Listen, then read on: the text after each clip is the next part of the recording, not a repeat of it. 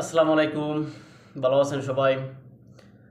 আমাদের বর্তমান যে অন্তর্বর্তীকালীন সরকার আছেন, তারা আসলে ছাত্রদের দ্বারা নিয়োগপ্রাপ্ত বা নিয়োগকৃত তারা নিজেরাই স্বীকার করছেন। আমাদের বিশেষ করে আমাদের প্রধান উপদেষ্টা তিনি শপথ গ্রহণের পরে এই কথাটাই বলেছেন, তিনি ছাত্রদের দ্বারা নিয়োগপ্রাপ্ত। এখন ওই ছাত্ররা যখন দল করছে, ওই দলের আসলে দেখভাল করেও আসলে মনে হয় যেন আমাদের প্রধান উপদেষ্টার দায়িত্ব হওয়ার কথা। কেননা যারা আপনাকে নিয়োগ দিচ্ছে, আপনি তো তাদের গুণগান গাইবেন বা তাদের পক্ষে কাজ করবেন বা তাদের সমর্থনে কাজ করবেন, বিষয়টা তো এরকমই। আর যখন সমগ্র দেশ বা সবাই যখন নির্বাচন করতেছে বা নির্বাচন চাইতেছে, বিশেষ করে প্রধান যেই বড় দল আপনার বিএনপি যখন নির্বাচন চাইতেছে, তখন এখানে ওই ছাত্রদের যেই দল এনসিপি তারা কিন্তু এখানে নির্বাচন বিরোধী বা নির্বাচনটা যাতে পিছিয়ে যাক বা নির্বাচন আপাতত না হোক, নির্বাচন হ্যাঁ যাতে পিছিয়ে যায় এই বিষয়ে তারা সর্বদা সচেষ্ট থাকে এবং তারা দাবি করে। এখন নির্বাচন যদি পিছায়া যায় বা নির্বাচন যদি আদতে আপাতত না হয় বা 5 বছর পরে হয়, সেক্ষেত্রে লাভবান কে? এখানে আসলে যদি নির্বাচন সচরাচর বা সাম্প্রতিক সময়ে বা দ্রুত হয়, সেক্ষেত্রে হয়তো অবশ্যই বিএনপি লাভ। কেননা বিএনপি ছাড়া এখানে আপাতত অন্য কোনো দল মানে রাজনৈতিক দল বা অন্য কোনো দল এখানে রাষ্ট্র ক্ষমতা আসবে, এটা আসলে কল্পনা করা যায় না বা এটা অকল্পনীয়। আর সেই ক্ষেত্রে বিএনপি যেহেতু নির্বাচন মানে এদের পরবর্তীতে মানে সরকার ক্ষমতায় আসার দাবিদার, সেহেতু বিএনপি কিন্তু সবসময় নির্বাচনের মুখী বা নির্বাচনের কথা বলে বা নির্বাচন দেওয়ার জন্য তাগিদ দেয়। কিন্তু এছাড়া অন্যান্য যত ছোট ছোট দলগুলা বলেন বা ওই যে নতুন রাজনৈতিক দল বলেন, তারা সবাই কিন্তু এর বিপক্ষে, অর্থাৎ নির্বাচন আপাতত হওয়ার দরকার নেই। তাদের কথা হচ্ছে কি, আগে সংস্কার করো পরে নির্বাচন করো। অর্থাৎ নির্বাচনের কোনো নির্দিষ্ট তারিখ বা রোডম্যাপ নাই, অর্থাৎ আগে সংস্কার করব। এখন সংস্কারটা করব, কি সংস্কারটা করব, এই যে 8 মাস শেষ হয়ে গেছে, তারা কি সংস্কারটা করছে এই বিষয়ে কিন্তু আজও এজ এ আমি একজন বাংলাদেশি হিসেবে আমি আসলে জানতে পারতেছি না।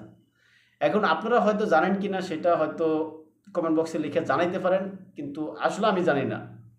এখন এই যে নির্বাচন যদি লেটে হয়, সেক্ষেত্রে হয়তো এই যে এনসিপি হবে কি, তারা নিজেরা গুছগাছ হইতে পারবে, তারা নিজেদের যেই মানে সমস্যাগুলো আছে সেগুলো কাটায় বা সকল কিছু গুছায় লইতে পারবে। এখন এদিকে বিএনপির জন্য ক্ষতি হবে, কেননা এই যে মানে সরকার বা অন্য কোনো রাজনৈতিক সরকার ক্ষমতা না থাকার কারণে বিএনপির যেই সমস্ত আপনার কর্মী সমর্থক বৃন্দ আছেন বা শুভাকাঙ্ক্ষীরা আছেন, তারা কিন্তু এখানে মনে করতেছেন যে তারা ক্ষমতা এসেই পড়ছেন। তাই তাদের ভাবসাবগুলো এরকমই মনে হয়। কেউ মনে করেন এমপি, কেউ মন্ত্রী বা কেউ বড় বড় নেতা হয়ে গেছেন বা লিডার হয়ে গেছেন, এরকম ভাবসাব। এখন এই যে এরকম ব্যবসা হওয়ার কারণে তারা করতেছে কি, আওয়ামী লীগ যে সমস্ত কাজগুলো করতো, অর্থাৎ আওয়ামী লীগের যে সমস্ত বদনামগুলো ছিল, ওই সমস্ত বদনামের কাজগুলো এখন বিএনপির লোকজন করে। কেননা কেউ তাদেরকে বাধাও দিচ্ছে না, কেননা তারাই পরবর্তী রাষ্ট্র ক্ষমতায় আসার দাবিদার। তাই সবাই তাদের সাথে লেয়াজু করে চলতে চাইতেছে। কিন্তু এই যে তাদের এই কর্মী সমর্থকরা এটা ভাইবা যেন আমরা ক্ষমতা আইসা পড়ছি বা আসবো, এটা ভাইবা তারা করে কি, যত মানে খারাপ কাজ আছে, বিশেষ করে চাঁদাবাজি করা বলেন, টেন্ডারবাজি বলেন বা ঘুষ বাণিজ্য বলেন, এই সমস্ত কাজগুলো তারা শুরু করে দিছে। আর এই কাজগুলো তাদের সমর্থক বা কর্মীরা করার কারণে এর দায়ভারটা সম্পূর্ণ বিএনপি নামক দলটির উপরে পড়তেছে। এখন বিএনপি নামক দলটি কিন্তু আসলে এই যে এই খারাপ কাজগুলোর সমর্থনও করে না, তারা যায়ও না। কিন্তু তাদের কর্মীরা করার কারণে যারা সাধারণ আম পাবলিক বা সাধারণ জনগণ আছেন, তারা কিন্তু মনে করতেছেন আদতে এটা বিএনপি করাইতেছে। কিন্তু বিএনপির সাথে ওই সমস্ত লোকদের সাথে আসলে সরাসরি ওরকম হয়তো সম্পর্ক নাই বা কেউ হয়তো বিএনপিকে ভালোবাসেন, এরকম হইতে পারে।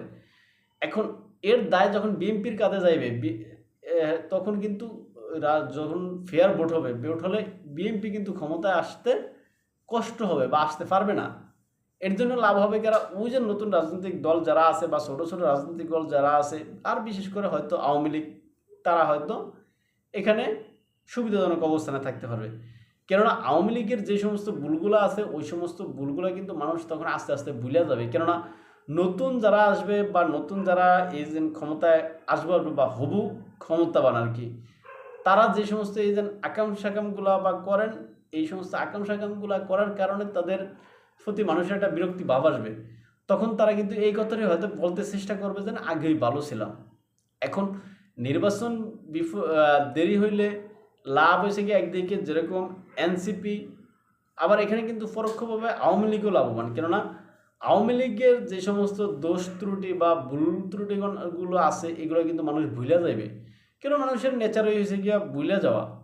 মানুষ কিন্তু তার যেন আপনি দেখেন বিএনপিরও তো এত বদনাম ছিল 5ই আগস্টের আপনার আপনার মাসখানেক আগে বিশেষ করে, হ্যাঁ, এই যে 5ই আগস্টের আগের সময়টা সবাই কিন্তু বিএনপি বা অন্যান্য যেই যাদের যে ভুলগুলো আছে বা অন্যায়গুলো আছে, হ্যাঁ, এগুলো কিন্তু সব ভুলে গেছে। ভুলে যায় সবাই কিন্তু আওয়ামী লীগের বিরুদ্ধে দাঁড়াইছে।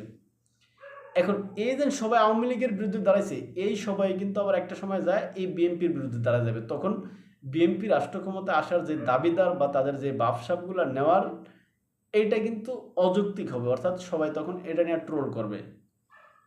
এইসে সেখানকার অবস্থা। এখন নির্বাচন যদি লেটে হয় সেক্ষেত্রে লাভবান এনসিপি, পরোক্ষভাবে আওয়ামী লীগও কিন্তু লাভবান হওয়ার সম্ভাবনা আছে। কিন্তু এই ক্ষেত্রে সবচেয়ে বেশি ক্ষতিগ্রস্ত হবে বিএনপি। তাই এই জন্যই বিএনপি চাইতেছে, তারা দ্রুত নির্বাচন চাইতেছে। এখন প্রধান উপদেষ্টাও কিন্তু এখানে নির্বাচন এই বলেন যে আমি, হ্যাঁ, 6 মাসের ভিতরে নির্বাচন দিব, ডিসেম্বরের ভিতরে। আবার তিনি বলতেছেন ওইটা ভুল, মানে সংশোধন করে আবার তিনি ওইটার সাথে আরও হয়তো 6 মাস প্লাস করতেছেন, অ্যাড করতেছেন, এইভাবে চলমান। এখন আদতে কবে নির্বাচন হবে বা কি হবে যেটা বিএনপির দাবি বা বিএনপি চাইতেছে, এখন সে বিষয়ে আসলে প্রধান উপদেষ্টা ওইরকম স্পেসিফিকলি কিছু বলেন না। আর এই জন্যই হয়তো মানে সকল রাজনৈতিক দলগুলোর ভিতরে একটা সন্দেহ ভীতি কাজ করতেছে। এখন এই অবস্থা চলমান থাকলে বিএনপির জন্য ক্ষতি হবে। তারা রাষ্ট্র ক্ষমতার যে দাবিদার সেখান থেকে হয়তো তাদের ওই দাবি ত্যাগ করিয়া হয়তো বা তারা, হ্যাঁ, কিন্তু বাংলাদেশের যে মূলধারার রাজনীতিগুলা বিএনপি এবং আওয়ামী লীগ, আর এরাই যদি ঘুরে ফিরে রাষ্ট্র ক্ষমতা আইছে, এই জন্য তাদের ওই রকম কর্মী সমর্থকগণও আছেন।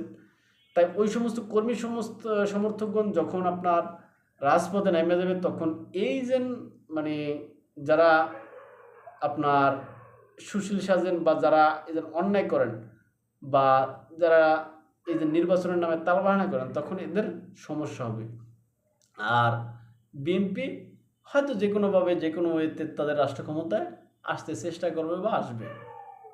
তাই ভালো থাকবেন সবাই। আমরা আমাদের মতো এখানে বিশ্লেষণ করছি, হয়তো এটা সঠিক না, হয়তো আপনি আমাদের থেকে ভালো জানেন। তাই আপনি আমাদের থেকে যেন ভালো জানেন এই বিষয়টা হয়তো আপনি কমেন্ট বক্সে লিখে আমাদের যে ধন্য করবেন। ভালো থাকবেন সবাই। আসসালামু আলাইকুম।